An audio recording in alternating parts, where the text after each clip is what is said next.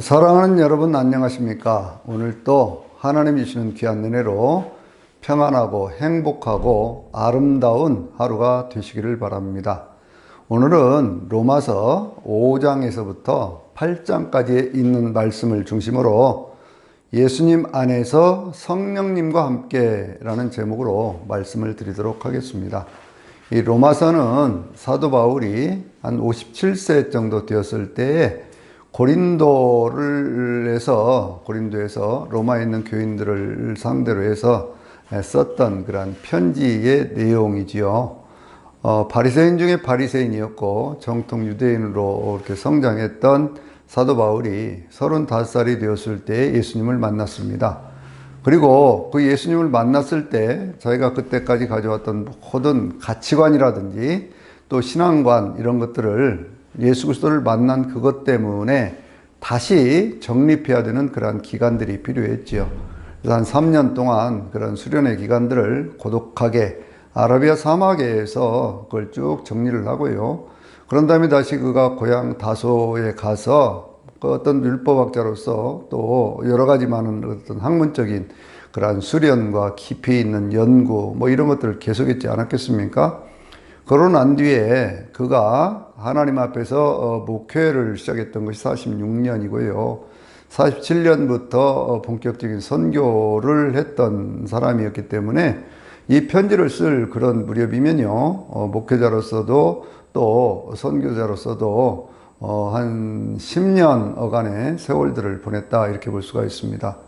그동안 그가 추구했던 모든 학문적인 수련 그리고 목회적인 경험 이 모든 것들이 녹아져 있는 선교에 대한 어떤 그런 비전과 뭐 어떤 그 예수를 믿는다고 해서 도대체 무엇이고 그리고 이 믿는 사람이 누릴 수 있는 그런 축복은 무엇이며 그리고 예수 믿는 사람은 어떻게 살아야 할 것이냐라고 하는 것들을 총체적으로 정리를 해놓은 것이 그것이 바로 이 로마서에 있는 말씀이에요. 그래서 우리는 이 로마서에 있는 말씀들을요 보면 정말 사도 바울의 그 깊고 깊은 그런 영성과 만나게 되고 하나님에 대한 그 절대적인 그런 믿음을 가졌던 바로 바울의 그 신앙을 만나게 되어집니다. 저는 이 로마서에 있는 말씀을 쭉 보면서요 어떤 느낌을 가졌냐면 아주 깊은 바다 그런 깊은 바다 속에 홀로 떠 있는 것 같은 제가 떠 있는 것 같은 그러한 느낌까지 받아 보았습니다. 그건 무슨 얘기냐 그러면 그 사도 바울의 깊고 깊은 그런 영성과 어떤 신학적 깊이 이 모든 것들을 이렇게 쭉 생각을 해보면요 도저히 그걸 뭐라고 표현할 수 있을 것인가 말할 수 없을 정도의 그런 감격 이런 것들이 제 안에서 역사하는 것을 체험을 하게 되었습니다. 이 로마서에 있는 그러한 말씀들은요 먼저 1장에서 4장까지는 믿음으로 옳게 된다라고 하는 이신칭의에 대한 그런 말씀을 하고 있고요. 오늘 우리가 보게 될 5장에서부터 8장까지 있는 말씀은 예수 그리스도 안에서 의롭다고 여김을 받은 사람들이 성령님과 함께 동행할 때 하나님이 주는 그런 축복에 대한 내용들을 쭉 말씀하고 있죠. 그래서 이제 우리가 1장에서부터 4장까지 있는 말씀들을 의롭게 된다라고 하는 justification이라고 하는 그런 용어로도 설명을 하고요. 또 그 5장에서부터 8장까지 있는 말씀은 sanctification 또 glorification이라고 하는 성화와 영화에 대한 그런 말씀으로 이렇게 정리를 하고 있거든요. 또 이제 9장에서부터 11장까지는 모든 인류를 향한 하나님의 구원 계획에 대한 말씀을 하면서 12장에서부터 16장까지 있는 그런 말씀들은요. 그리스도인이 사회적인 어떤 윤리라든지 국가관이라든지 뭐 이런 개인의 어떤 윤리라든지 모든 것들을 총체적으로 담아서 예수 믿는 사람은 어떻게 살아야 할 것이냐라고는 그런 내용들을 말씀하고 있습니다. 지난주에 우리가 보았던 1장에서 4장까지 있는 말씀을요 잠깐 한번 리마인드를 해본다고 하면요 어떤 내용들이 있냐면 사도 바울은 자기는 하나님의 복음을 위해서 택정을 받은 예수 그리스도의 종이다 라고 말씀하고 있어요.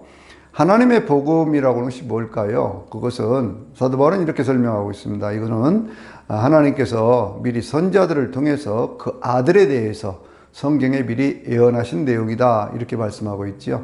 바울은 하나님의 복음 혹은 그 아들의 복음 혹은 내가 전한 복음 뭐 이런 식으로 복음에 대해서 여러 가지로 표현을 하고 있는데요. 1장에서는 하나님의 복음, 그 아들의 복음이라는 표현을 쓰고 있지요.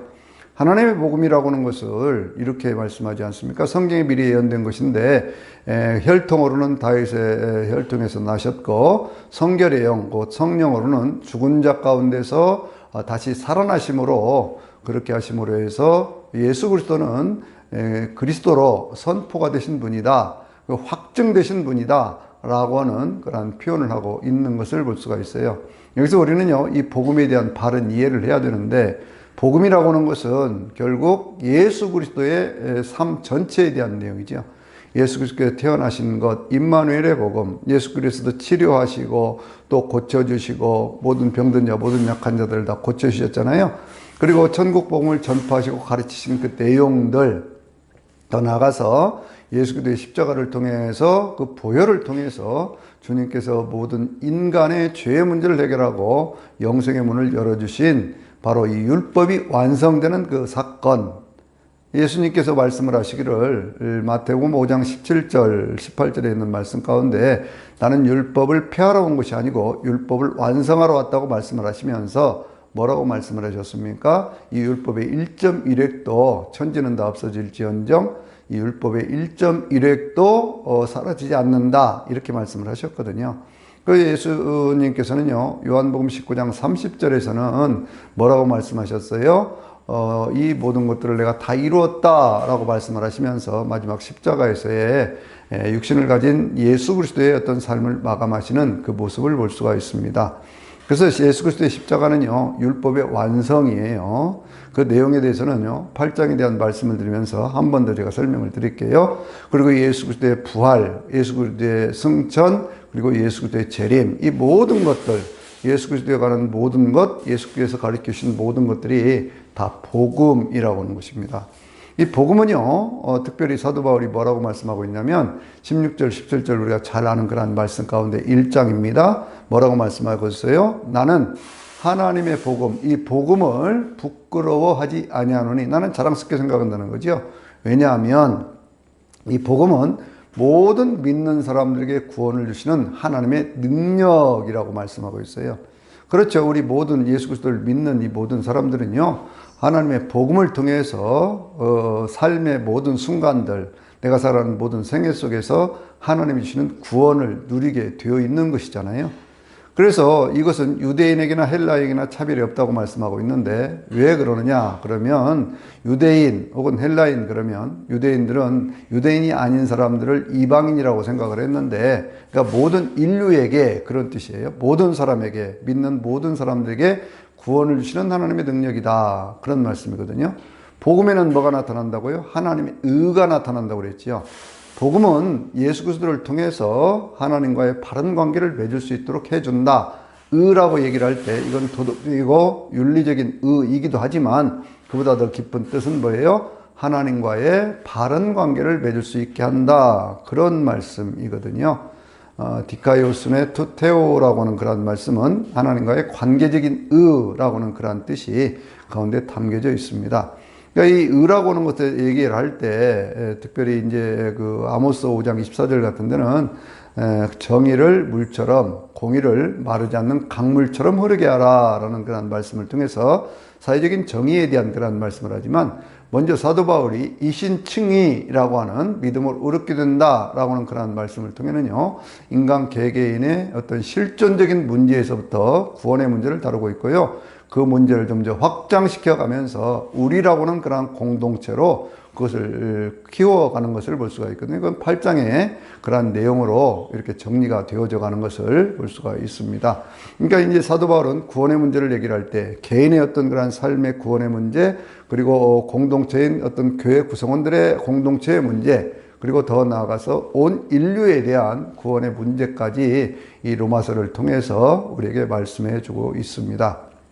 복음에는 하나님의 의가 나타나서 믿음에서 믿음으로 이르게 하나니 오직 의인은 믿음으로 말미암아 살리라 라고 말씀하고 있잖아요.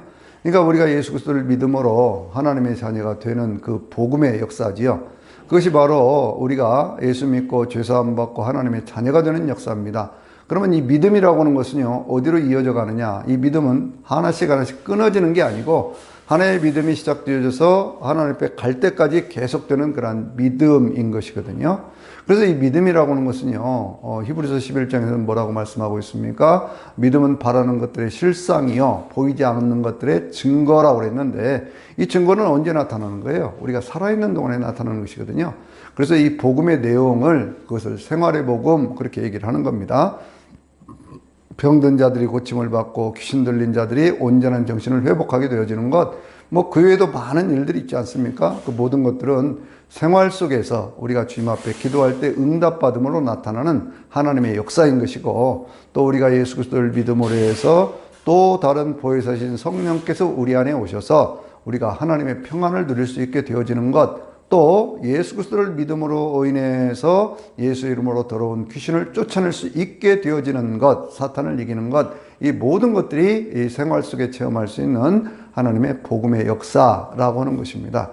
그리고 더 나아가서는요, 영생의 복음이 있죠. 영생의 복음, 영생을 위한 그런 믿음이 있어요.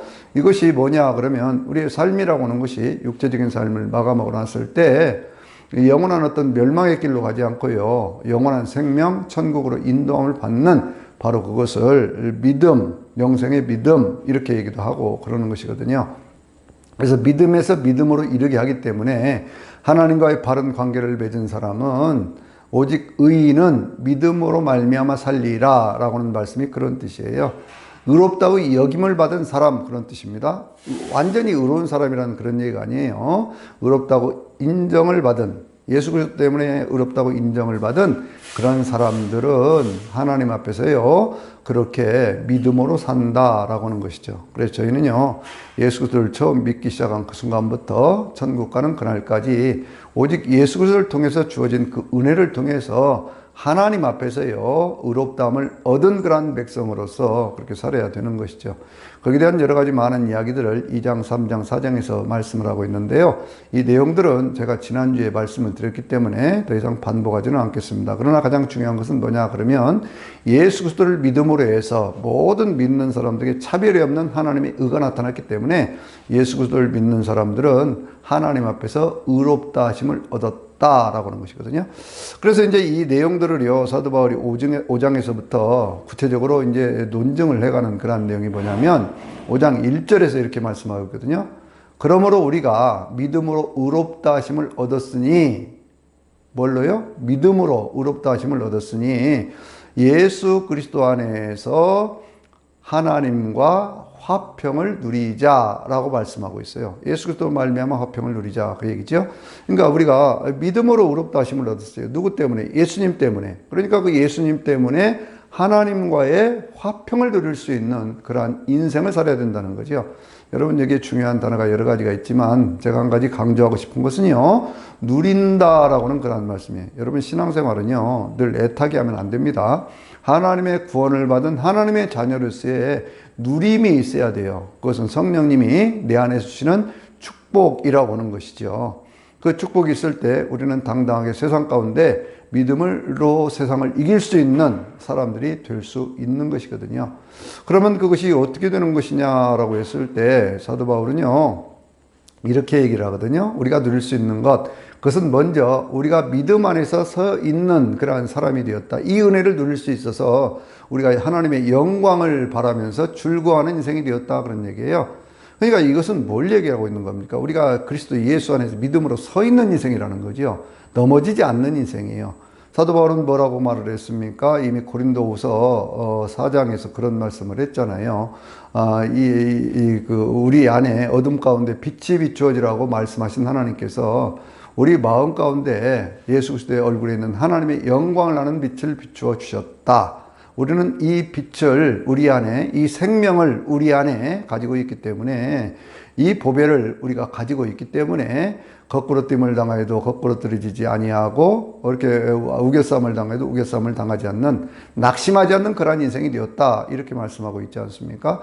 근데 바로 그와 같이 믿음으로 서 있는, 그래서 그 히브리서 11장 6절에 있는 말씀대로 우리가 때를 따라 돕는 은혜를 얻기 위해서 하나님의 보좌 앞에 담대히 나아갈 수 있는, 예수 그리스도 앞에 나오는, 하나님 앞에 나오는 사람들은 하나님이 자기를 찾는 자들에게 하나님 반드시 살아계신 것과 그리고 하나님이 자기를 찾는 자들에게 상 주시는 자임을 믿어야 할지니라 라고 말씀하시는 그런 말씀처럼 때를 따라 돕는 은혜가 우리에게 있기 때문에 믿음으로 서 있는, 이 은혜 가운데 서 있는, 그래서 하나님의 영광을 바라보고 사는 그러한 인생의 축복을 누리며 살아야 된다는 거예요. 그 누림이라고 하는 것에 대해서 얘기를 할 때, 그래서 우리는 환난 가운데도 즐거워한다고 말씀하고 있죠. 환난 가운데 즐거워한다는 것은요, 뭐라고 말씀합니까? 환난은 인내를 낳고 인내는 연단을 낳고 연단은 소망을 이루는 줄 알미로다 그랬잖아요. 그러니까 우리의 신앙이라고 하는 것은요, 어떤 것이냐 그러면 알고 하는 거예요. 모르는 길을 찾아가는 것이 아닙니다. 주님께서 내가 길이다 그랬기 때문에 예수님께서 제시한 그 길로 가면 진리를 알게 되는 것이고, 진리의 길로 가면서 영생을 얻게 되는 바로 그것이 복음의 역사라고 하는 거예요. 우리는 알고 믿는 겁니다. 모르는 길을 찾아가는 것이 아니다 그 말이에요. 이 소망을 사도 바울은요, 로마서 8장에서는 그리스도의 형상을 닮은 존재가 된다, 그 영광의 모습으로 변하게 된다 이렇게 말씀하고 있거든요. 그래서 이와 같은 것들을 확증할 수 있는 것이 뭐냐 그러면, 예수 그리스도를 믿는 믿음 가운데서 의롭다함을 얻은 사람들이 믿음 안에서 쓸 수 있는 이 은혜를 주셨을 뿐만 아니라 영생을 누릴 수 있는, 영광을 누릴 수 있는 그러한 것들을 우리에게 주셨기 때문에 우리는 그것을 즐거워하는데, 환난 중에도 우리는 즐거워한다고 그랬죠. 그래서 환난은 인내를 낳고 인내는 연단을 낳고 연단은 소망을 이루는 줄 알미로다 그랬는데, 이 말씀 속에서 계속 이어지는 내용은 뭐냐면요, 이러한 것들을 확증시켜 주신 것이 누구냐? 바로 성령님이시라는 거죠. 성령께서 이것을 주셔서 우리의 마음속에 하나님의 사랑을 부어주셨다 이렇게 말씀하고 있어요. 그래서 우리가 의롭다함을 얻은 것들에 대해서 사도 바울이 다시 말씀하라고 있는 것이 뭐냐면, 이 9절에 있는 그런 말씀 가운데서요, 사도 바울은 뭐라고 말씀하느냐 그러면 그리스도의 피로 우리가 의롭다 하심을 얻었다 이렇게 또 선언하고 있어요. 그러니까 우리가 의롭다 하심을 얻은 것, 하나님과의 바른 관계에 들어간 것은 오직 하나님의 은혜이고 예수 그리스도의 십자가를 통해서 이루어진 하나님의 사건 속에서 되어진 일이다 그거예요. 이것을 사도 바울은 좀 더 확장시켜서 이렇게 얘기를 하거든요. 14절 이하에 있는 그런 말씀들을 보면은요, 아담으로부터 시작해서 모세 때까지 모든 사람들이 어떤 그런 죽음의 어떤 그런 문제에서 벗어날 수가 없게 되었다 그렇게 얘기를 하고 있어요. 왜 그럴까요? 아담과 같은 똑같은 죄를 지지는 않았지만, 그러나 아담 이후에 모든 사람들이 사망의 어떤 그런 문제에서 벗어나지를 못하게 되었다 그 얘기예요. 모세 때 그러면 율법의 때입니다. 하나님께서 죽음 가운데 살고 죄 가운데 혹은 죄의 값은 사망이라고 그랬기 때문에 그 사망의 어떤 그늘에서 벗어나지 못하는 사람들을 하나님의 자녀로 살도록 하기 위해서 율법을 주셨지만, 율법의 요구는 너무나 심각한 거거든요. 율법이 우리가 613조에 대한 내용인데 거기 365개는 하라는 것이고 248개는 하지 말라는 것 아니겠습니까? 하라와 하지 말라라고 하는 그런 말씀 속에서, 그러한 내용들 속에서요, 인간은 어떤 율법의 요구를 완전히 이룰 수는 없는 그러한 존재가 되어졌기 때문에, 그래서 사도 바울이 이렇게 얘기를 합니다. 아담 안에서 아담과 같은 똑같은 죄를 지은 것은 아닌데 아담 안에서 모든 사람들이 다 죄값으로 죽는 존재가 되었다. 먼저 이걸 얘기하고 있어요. 이것을 다시 비유를 들어서 말씀한다면, 아담이 죄를 지음으로 해서요, 아담과 하와가 지은 죄 때문에 아담과 하와는요, 사단의 종이 되고 죄의 종이 되어버렸지 않습니까? 죄의 종, 그러면 이것은 다른 말로 얘기를 한다면 한 노예가 된 상태 아니에요? 노예가 된 상태에서부터 자녀들을 출생을 한다 그러면, 여러분 생각해 보십시오. 노예가 난 자녀는 여전히 노예 아니겠습니까? 노예의 신분을 벗어날 수가 없지 않겠습니까? 바로 그런 점에서 이 말씀을 이해하는 것이 쉽게 이해할 수 있는 거예요. 그러니까 이 노예가 난 그 자녀가 노예가 되는 것처럼 아담과 같은 죄를 지은 것은 아닌데 아담의 후손으로 태어났기 때문에 죄값은 사망이라고 하는 그 말씀 속에서 여전히 그것을 벗어나지 못하는 그러한 존재가 되었다 그 말씀이에요. 그런데 예수께서 오셨습니다. 그래서 예수님께서 우리의 삶의 그 모든 것들을 벗어날 수 있는 길을 열어주신 것이거든요. 그래서 우리가 예수 안에 있으면요, 노예의 신분에서 벗어나서 아들의 신분을 회복하게 되어지는 것입니다. 아들의 신분을 회복한 사람들은요, 더 이상 죄의 종로로 사지 않아도 되고 사단의 역사가 끊어지게 되는 것이거든요. 그래서 6장 23절 아주 유명한 말씀이 있지 않습니까? 죄의 싹은 사망이요, 하나님의 은사는 그리스도 예수 안에 있는 영생이니라 라고 말씀하고 있어요. 그러니까 영원한 멸망의 길이 아니고, 사망이라고 얘기를 할 때는요, 이건 단순히 육체적인 죽음만을 얘기하는 게 아니에요. 영원한 멸망의 길로 가지 아니하고 영원한 삶의 축복의 길로 갈 수 있는 것이 예수 그리스도 안에 주어진 하나님의 축복이라고 하는 것입니다. 6장에 있는 말씀을 보면은요, 우리의 옛사람이 있어요. 우리의 옛사람이라고 하는 것은 우리가 하나님을 알지 못하던 때도 있었고요, 또 율법 아래에 있지만 율법의 요구를 온전히 이룰 수 없는 그러한 존재로 살던 그러한 시절, 그것을 옛사람 이렇게 표현을 하는 것이거든요. 그러면 옛사람이 어떻게 됐느냐? 6장 6절에 있는 말씀을 보면은요, 뭐라고 말씀하고 있습니까? 사도 바울이 이렇게 얘기를 하고 있잖아요.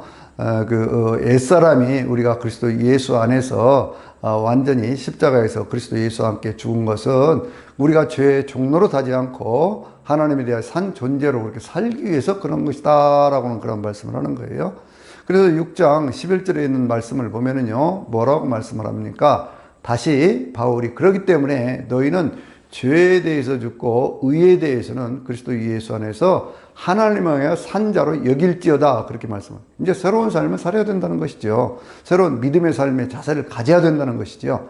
그런데 그렇게 하려면 어떻게 해야 되느냐? 12절부터 14절까지 있는 말씀들을 보면은요, 6장입니다. 뭐라고 말씀하냐면 너희의 마음의 욕심대로 살지 말라는 거예요. 정욕대로 살지 말라는 거예요. 너희의 육체를 죄의 어떤 그런 지체, 불의의 병기 이런 것들로 쓰여져서는 안 된다, 그렇게 말씀하고 있는 거거든요. 여전히 그럼에도 불구하고 그렇게 살고 있는 어떤 그러한 모습들이 우리 가운데 있다는 거죠. 그래서 사도 바울이 두 가지 삶의 결과를 얘기를 한다니까요. 하나는 뭐라고요? 바로 우리의 삶에 있는 어떤 죄의 싹은 사망, 그리고 하나님의 은사는 영생이라고 하는, 그리스도 예수 안에 있는 영생이라고 하는 그런 말씀을 통해서 우리에게 새로운 삶의 길들을 그렇게 보여주고 있습니다. 성화의 과정 속에서 이루어져가는 그런 일들이지요. 성화라고 하는 것은요, 착각해서는 안 되는 것이 있습니다. 그것은 뭐냐면 우리 인간의 개인적인 노력을 통해서 되는 것이 아니에요. 이 성화라고 하는 것은 성령님과 함께 동행하면서 그 주님의 뜻에 이렇게 합당한 삶을 살아갈 때 이루어지는 과정, 이렇게 생각을 하셔야 됩니다. 많은 사람들이 착각하는 게 있어요. 그것이 뭐냐면 내가 개인적으로 예수를 믿었으니까 의롭게 삶으로 해서 어떤 것들을 이루어 간다라고 착각을 하는데 그게 아니에요. 우리의 삶은 여전히 연약하기 때문에 우리의 삶을 통해서는 이루어 갈 수가 없습니다. 그런데 그 부족하고 연약한 우리를 늘 이끌어 가시는 분이 계시거든요. 그분이 바로 성령님, 그런 얘기예요. 그리고 7장에 있는 그런 말씀을 보면요, 이것을 다시 바울이 결혼 관계로 설명을 합니다. 어떤 결혼을 얘기를 하고 있습니까? 어떤 남자와 여자가 결혼을 했어요. 그러면 그 여자는 그 남편에게 매여 있다, 이렇게 얘기를 하지요. 이것은요, 고대사의 어떤 결혼의 풍습을 이해를 해야 바로 이해할 수 있는 겁니다.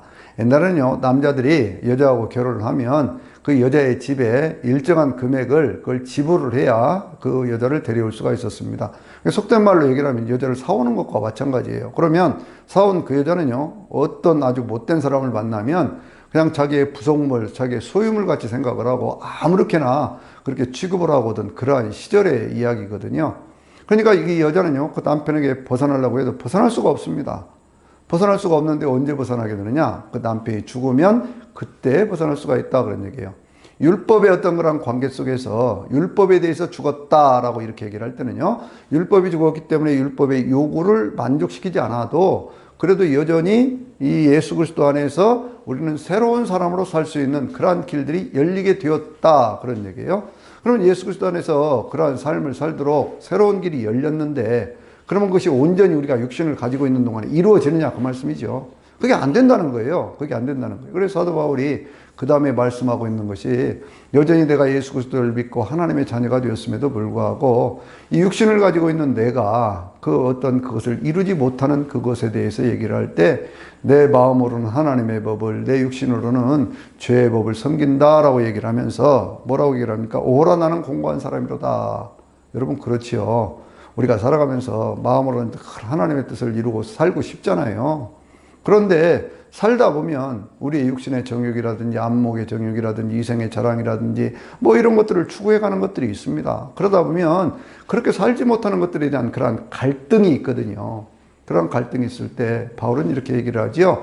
그럼에도 불구하고 그리스도 예수 안에서 우리를 사랑하시는 하나님의 사랑으로 우리는 이 모든 것들을 잘 이겨나갈 수가 있습니다 라고는 말씀을 하고 있는 거예요. 그래서 그 하나님의 사랑에 대해서 감사한다 얘기를 하면서 성경 중에 성경이라고 하는 이 8장에 있는 말씀을 통해서 그 모든 과정들을요 다시 이렇게 정리해서 우리에게 말씀을 해주고 있습니다. 할 수만 있으면요, 저도 뭐 전절을 다 외우는 것은 아니지만 그래도 대략적인 것들은 외우고 있는데, 이 말씀은 로마서 8장만큼은 우리가 예수를 믿는 동안에 그 말씀을 잘 외우고 또 그 말씀을 늘 반복을 하면서 그 말씀 속에 있는 은혜를 누리며 살면 좋겠어요. 바울이 이렇게 얘기를 합니다. 그러므로 8장입니다. 그러므로 이제 그리스도 예수 안에 있는 자에게는 결코 정죄함이 없나니 이는 그리스도 예수 안에 있는 생명의 성령의 법이 죄와 사망의 법에서 너희를 해방하였음이니라, 그렇게 얘기를 하고 있어요.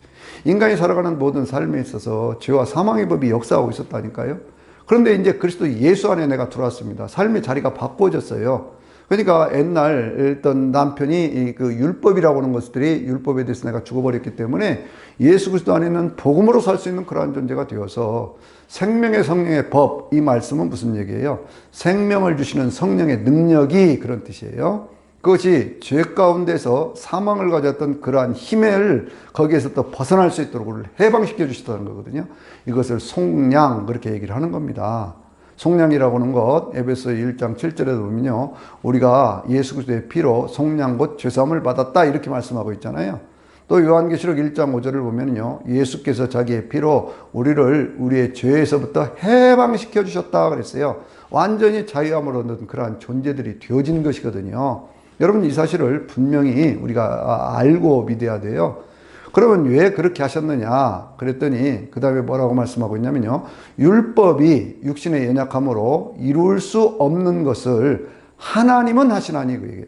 율법에서 계속 우리에게 이렇게 해라 저렇게 해라, 뭐 이거 돼야 된다 하지 말라 이렇게 하는데, 그것을 이룰 수 없는, 그것을 육신의 연약함으로 이룰 수 없는 것을 하나님이 하셨다고 해요. 어떻게?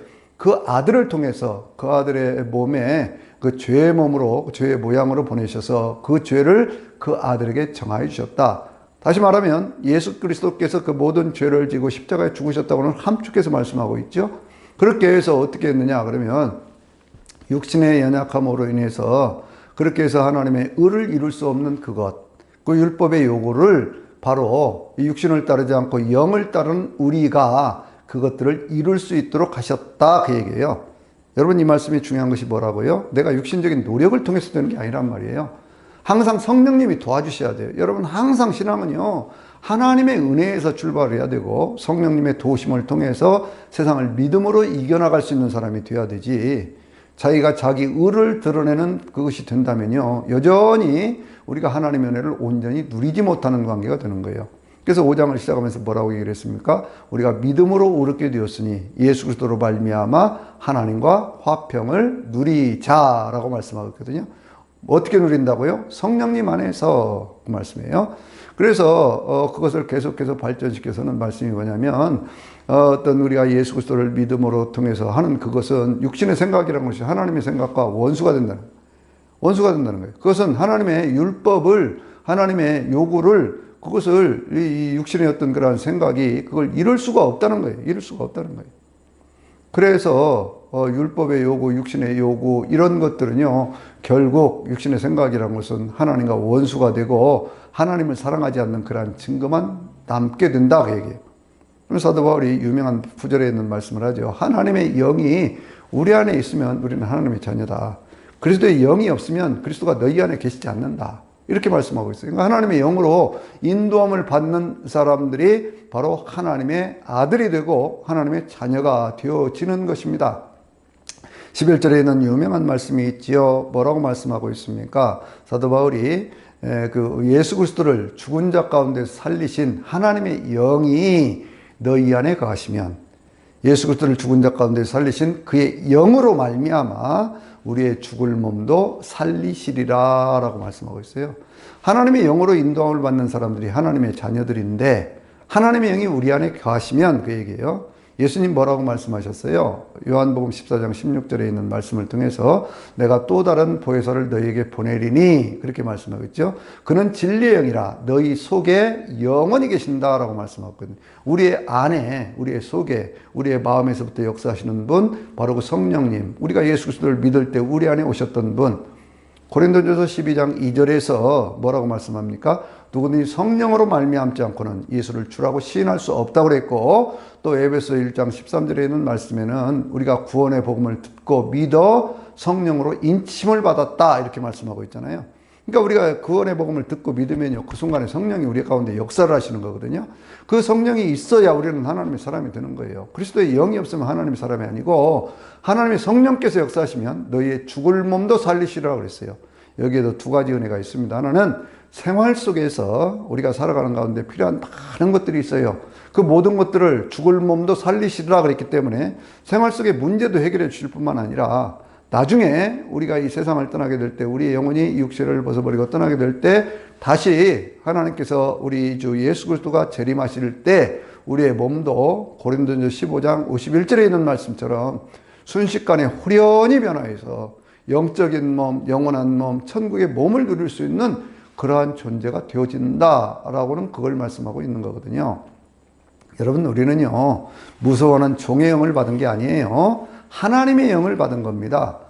양자의 영을 받았다 그렇게 말씀하고 있죠. 그래서 우리는 성령님을 통해서 우리가 하나님을 뭐라고 부르는 겁니까? 아빠, 아버지라고 부르는 것이죠. 성령님은요, 우리의 영과 더불어서 우리가 하나님의 자녀인 것을 증거하시는 거예요. 그러니까 우리가 하나님을 아빠, 아버지라고 부를 수 있게 된 것도 다 성령님의 역사예요. 여러분, 이건 놀라운 얘기입니다. 사도 바울이요, 모든 자기의 신학적인 지식, 경험, 목회적인 모든 것들을 다 동원해서 결론은 뭐냐? 성령이라고 얘기하고 있는 거거든요.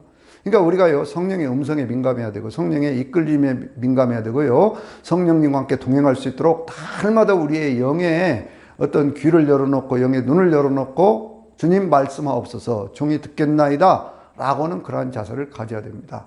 사도 바울이 이렇게 얘기를 합니다. 그 다음에 16절부터 있는 그런 말씀들을 보면은요, 뭐라고 말씀하냐면, 이제 우리가 하나님의 자녀가 되어서 이렇게 되어졌는데, 그러면 자녀이면 상속자라는 것이죠. 그러면 상속자이면 그리스도와 함께 된 그런 상속자라고 얘기를 하고 있거든요. 그렇죠. 우리는 그리스도와 함께 된 상속자입니다. 그래서 사도 바울이 이 상속에 대한 그런 말씀을 이 로마서라든 여러 곳에서도 얘기를 하지만, 특별히 이제 계시록에 있는 그런 말씀을 보면은요, 어떤 것들을 상속해 주느냐 하고 보면, 계시록 3장 21절에 있는 그런 말씀을 보면은요, 이기는 자에게는 이렇게 말씀을 하면서, 내가 이기고 아버지 보좌에 함께 앉는 것처럼 내 보좌에 함께 앉게 하리라 라고 말씀하고 있고요. 또 계시록 21장 6절에 있는 그런 말씀을 보면, 6절 7절에 있는 말씀 보면, 이기는 자들에게는 내가 이것들을 상속하여 주리니 나는 그의 하나님이 되고 그는 내 아들이 되리라 라고 말씀하고 있고요. 계시록 22장 5절에 있는 그런 말씀을 보면은요, 그들의 이마에는 아버지의 이름이 있어 그들이 세세토록 왕노로 다리로다 라고 말씀하고 있어요. 죽음이 없고 아픔이 없고 고통이 없고 눈물이 없는 그러한 세상, 하나님께 진히 장막을 져주심으로 그들의 눈에서 모든 눈물을 씻어주시는 그러한 영원한 생활과 새 땅이 이루어지는 천국, 바로 그것이 하나님께서 우리에게 약속하신 상속해 주실 바로 그러한 새로운 세상인 거거든요. 이것을 이루어질 것을 우리는 소망하고 있는 것이고, 그래서 그 소망 가운데서 우리는 즐거워하고 이렇게 살아가는 그런 것이거든요. 그런데 현실적으로는 고난이 있습니다. 그래서 이렇게 얘기를 하는 거예요. 현실에 어떤 그런 고난이 있느냐? 그러나 그런 상속을 받으려면 예수 그리스도가 당하셨던 것처럼 그런 영광을 누리려면 고난도 함께 받아야 된다라고 말씀하고 있는 거예요. 그러면서 우리가 지금 당하고 있는 이 고난이라고 하는 것이 우리가 장차 누릴 영광과는 좋게 비교할 수 없는 그런 영광의 세계가 우리 앞에 있다라고 얘기를 하고 있죠. 세상의 모든 피조물들은, 그래서 이 모든 세상 가운데 죄가 들어옴으로 해서 세상 가운데서 이 어떤 그런 썩어짐의 고통, 여러 가지 것들이 있는데, 그 모든 것들을 벗어나기 위해서 하나님의 아들들이 나타나기를 기다리고 있다라고 말씀하고 있어요. 여러분, 여기서 쭉 하고 있는 얘기는요, 사도 바울이 앞에서는 1절에서는 뭐라고 얘기를 해요? 1절과 2절에는 뭐라고 얘기를 했어요? 죄와 사방의 법에서 너를 해방하였음이라 이렇게 얘기를 하고 있고, 9절에 있는 그런 말씀들을 쭉 보면요, 7절 이하의 그런 말씀들을 보면 우리들에게 라고 말씀하고 있거든요. 우리들에게 라고 말씀하고 있어요. 그러니까 한 개인의 어떤 실존을 넘어서서 교회 공동체 전체를 형성하고 있는 하나님의 백성들에 대한 그러한 내용으로 그걸 확장시켜가는 것을 볼 수가 있습니다. 그래서 우리가 기다리고 있는 건 뭐냐? 그것은 그리스도와 같은 그러한 영광의 모습으로 변화되는 그것을 우리가 바라보고 있는 것이죠. 우리가요, 예수 그리스도의 어떤 그런 영광의 모습으로 변하는 그것을 우리는 지금 소망하고 있는 거거든요. 그리스도의 형상. 그리스도의 형상. 그리스도는 누구냐 그랬더니 히브리서 1장 3절에서는 그는 하나님의 영광의 광채요 본체의 형상이라 이렇게 말씀하고 있지 않습니까?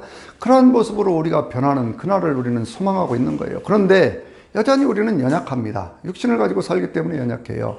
그래서 로마서 8장 26절부터요 28절까지 있는 말씀을 통해서 뭐라고 말씀을 하냐면요, 그러므로 성령께서 우리 연약함을 도우시나니 이렇게 말씀하고 있죠. 우리가 미처 기도하지 못할 때에도 성령께서 이루 말할 수 없는 탄식 가운데서 우리를 위하여 친히 간구하시느니라 라고 말씀하고 있어요. 여러분, 이게 놀라운 말씀입니다. 우리가 하나님의 어떤 그런 영광의 자리에 들어가기를 원하고 그렇게 하기를 원하지만, 그러나 그렇게 할 수가 없는 그러한 육신의 한계가 있기 때문에 성령님이 우리를 늘 도우시는 거예요. 그러니까 여러분, 신앙생활은요, 그 핵심이 뭐냐 그러면 예수 그리스도 안에서 성령님과 함께 동행하면서 하나님의 말씀대로 사는 것이거든요. 그런데 하나님의 말씀대로 살려고 해도 내 육신이 연약해서 그걸 다 이루지를 못해요. 그럴 때 그 연약한 것, 부족한 것, 그것을 누가 도우신다고요? 성령님이 우리를 도우시는 거예요. 어떻게? 이루 말할 수 없는 탄식 가운데 그 말씀은 우리 인간이 가지고 있는 어떤 인간의 지혜나 인간의 어떤 지성이나 인간의 방법이나 이런 모든 것들을 넘어서는 하나님의 역사 속에서 그걸 이루어 가신다는 거죠. 사도 바울은 그래서 이렇게 얘기를 합니다. 고린도전서 14장에 있는 그런 말씀을 보면요, 은사에 대한 얘기를 하면서 나는 영으로도 기도하고 마음으로도 기도하리라 라는 말씀을 그래서 하는 거예요. 여러분 안에서 성령께서 역사하실 때 우리의 영도 함께 기도를 하고 우리의 마음들이 영이 말하는 것들을 통역할 수 있는 그런 은혜를 받아서요, 깊고 깊은 그 하나님의 은혜의 바닷속에 젖어 들어갈 수 있게 되시기를 바랍니다. 성령님은 어떤 분이냐? 사람들이 이 사람의 마음을 감찰하시는 분이 하나님의 생각도 아시나니 성령은 하나님의 생각을 아신다고 그랬어요. 그래서 성령이 하나님의 생각대로 우리를 위하여 친히 간구하신다 그렇게 말씀하고 있는 거거든요. 그러니까 하나님의 뜻이 무엇인가를 알기 때문에, 성령의 어떤 그런 역사를 알기 때문에, 그래서 우리가 하나님 앞에 기도할 때 내가 기도하지 못하는 그러한 순간에도 내 연약함을 돕기 위해서 성령께서 기도하고 계시는 거예요. 성령이 중보자의 역할을 하고 계신다고 말씀이죠. 그래서 로마서 8장 28절 아주 유명한 말씀 아닙니까? 우리가 알거니와, 여러분 신앙은요 알고 하는 겁니다. 모르는 걸 찾아가는 거 아니에요. 알고 깨달은 것을 통해서 하는 거예요. 지혜와 계시의 영을 통해서 하나님의 그 영원하신 사랑, 크고 놀라우신 그것을 알고 하는 것이 신앙생활이에요. 그래서 기독교인들은 믿음으로 세상을 이기는 겁니다. 모르면 어떻게 이기겠습니까? 다 아니까, 우리의 삶의 결과가 무엇인가를 다 아니까 그런 것이거든요.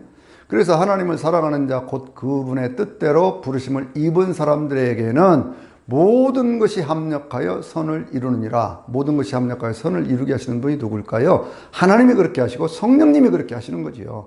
우리의 삶의 과정 속에서 어떤 일들이 있어요. 나는 잘 모릅니다. 그런데 그렇게 연약해서 그냥 그렇게 신음하고 있을 때 성령께서 나를 위해서 그 연약함을 돕기 위해서 친히 기도하시면서 나에게 힘을 주시고 용기를 주시고 믿음을 주시는 거예요.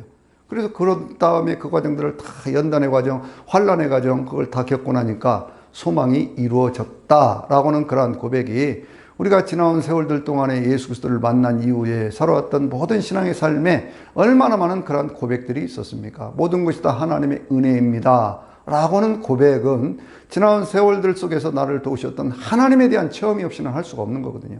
그런데 이 모든 것들을 이렇게 도우시는 하나님은요, 더 큰 은혜를 준비하고 계시는데, 그것이 뭐냐면요, 이제 29절 30절에 있는 말씀, 이 부분은요, 우리 그 장로교에서는 애지애정론이라고 하는 것 것들로 이 칼빈의 애지 애정론 그렇게 해가지고요, 어떤 그 내용들을 정리해 가고 있습니다만은, 이 내용들에 대해서 알미니안주의라고는 소위 그 감리교 쪽에서 말하는 그러한 것들과는 조금 더 보완되는 그러한 부분들이 있어요. 그렇기 때문에 이 말씀은요, 어떤 내용을 가지고 있느냐 한번 살펴보면 이런 얘기입니다. 여기 보니까요, 이미 그리스도 예수의 형상을 담기를 이렇게 소원하고 있는 그러한 사람을 하나님 미리 아신다는 거예요.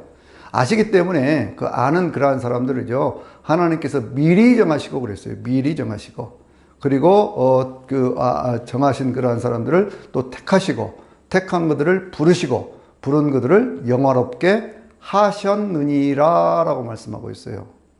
여러분, 하신다, 하셨다, 이미 하셨다 그렇게 말씀하고 있거든요. 그러니까 이런 과정들 속에서 한 가지 중요한 것은 뭐냐면, 이 설명들 속에서 저는 조금 보강해야 될 것이 있다고 생각을 하는데, 하나님께서요, 우리를 이렇게 부르신 것도 틀림없는 사실입니다. 우리를 정하시고 택하시고 부르신 것도 틀림없는데, 문제는 뭐냐? 부르심에 응답하는 과정, 그것이 우리의 삶을 영화롭게 만들어 간다라고 하는 것, 그것은 우리가 인정할 필요가 있다, 그 말씀이에요. 그래서 이것은 어떤 미리 다 정해졌으니까 정해진 사람만 구원받는다, 이렇게 해서는요, 성경 전체가 말씀하는 내용하고 상당히 상충되는 내용들이 생길 수가 있어요. 그래서 저는요, 그것을 어디서 발견을 했냐면, 계시록 17장 14절에 있는 말씀에 보면 사단의 세력들이 예수 그리스도와 대적해서 전쟁하는 모습이 나오거든요. 그런데 뭐라고 말씀하느냐 그러면, 그들이 어린 양과 더불어 싸우려니와 어린 양은 만왕의 왕이요 만주의 주심으로 그들을 이기실 터이요. 그분과 함께 있는 부르심을 받고 택하심을 받은, 그 다음에 한 가지 중요한 말씀이 있거든요. 진실한 자들이 그들도 이기리로다 그랬어요. 부르심을 받고 택하심을 받았기 때문에 이긴다는 것이 아니에요. 삶을 살아가면서 그와 같은 태도, 오직 성령님을 의지하면서 성령님이 함께 하심을 믿으면서 바른 믿음의 삶을 살아가려고 하는 것, 그것이 바로 성화의 과정이라니까요. 성화의 과정은 개인적인 어떤 노력을 통해서 이루어지는 것이 아니에요. 개인의 노력을 통해서 한다면 그것은 무슨 절에 있는 사람들 무슨 명상을 하고 무슨 도통하기 위해서 3년간 무슨 조그마한 방에 들어가서 무슨 수도를 하고 그런 과정을 통해서 돼야 되겠지요. 그러나 우리는 그게 아니라 그 말이에요. 우리 인간의 모든 삶의 구원의 문제는 우리가 예수 그리스도를 믿음으로 해서 우리의 삶의 연약한 것들을 벗어버릴 수 있는, 죄에서부터 해방될 수 있는 그 길을 주님이 열어주신 것이고, 그 예수 그리스도 안에서 바르고 선하게 살려고 노력할 때 그것을 이루지 못하는 그런 인생의 과정 속에 우리 성령님이 우리를 도우셔서 그것을 이룰 수 있도록 하시고 영화롭게 만들어 가시는 그런 과정 속에서 이미 그렇게 하셨다라고 선언하고 있어요. 이미 그렇게 하셨다.